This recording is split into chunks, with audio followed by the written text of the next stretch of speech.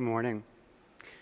Richard Brautigan's 1964 novella, entitled In Watermelon Sugar, tells two intertwined parables. The main story, told in retrospect, is about a reckoning that takes place in a small, idyllic, post-apocalyptic community of about 400 individuals. The community thrives on a social pact that places Quaker-like simplicity and transparency at the top of their value structure. In true 1960s utopian fantasy,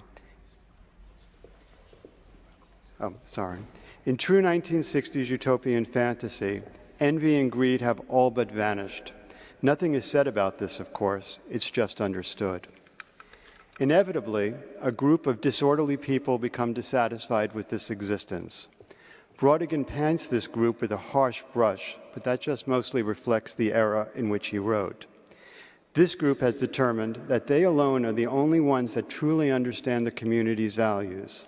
As this group grows, the larger community seeks to provide space, if not acceptance, for their dissatisfied worldview. But inevitably, the two groups clash, and the dissatisfied group literally cut off their noses to spite their faces. Let's just say that the message here isn't subtle. The second story, however, is much more interesting and ambiguous. It's the story of a woman named Margaret, who was once the narrator's paramour. Margaret dabbled in, but did not embrace, the lifestyle and interests of those who rebelled against the passive tranquility embraced by the larger community. Our narrator and many members of the pastoral community turn their backs on Margaret after the dissonance have quite literally imploded. It's hard to reconcile this casual shunning with the accepting warmth that the members of the larger community show to each other. Even in hippie paradise, someone who questioned the status quo faced potential ostracism. It's 60 years since Mr. Brautigan penned In Watermelon Sugar, but the basic conundrums addressed in the novella continue to resonate in everyday life. In every community, most people tend to cling to the positive forces that bring us together and create harmony. But there will always be a small but determined group that believes that the supposed harmony doesn't serve well or equally. And those who question the majority position can find themselves on the outside.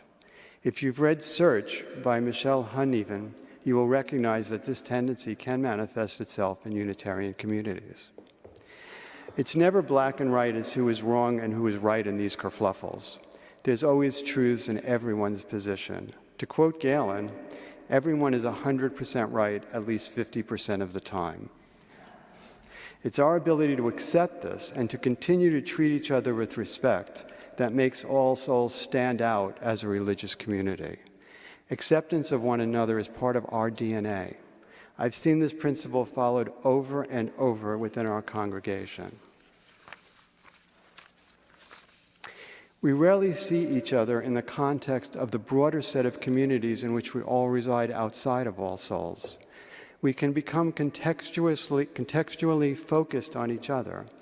Without the fuller perspective of each other outside of church, however, we risk losing valuable friendships as the community did with Margaret in Watermelon Sugar. By that I mean we can lose comedy and love with a friend over a matter that should not define the broader context of our bond of union. I'll speculate that all of us would come out the same way on most of the issues facing our communities and our church today. We shouldn't let our disagreement over other issues cause us to lose faith in each other.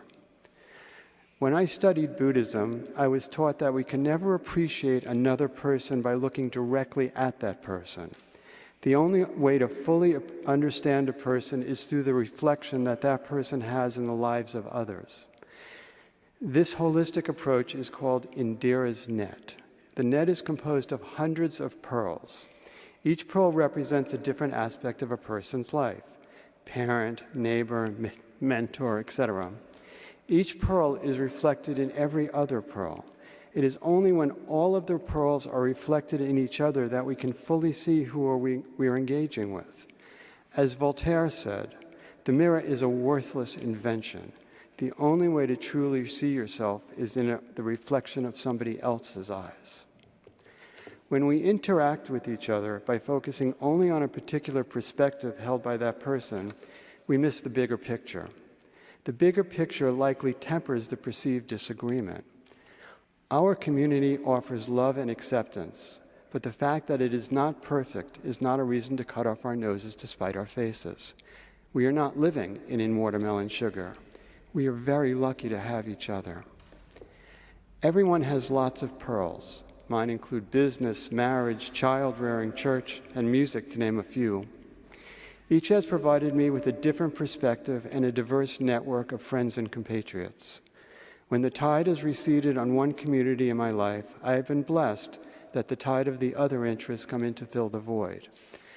I wish this for all of you. When the tide always returns to shore, that I am here is proof of that.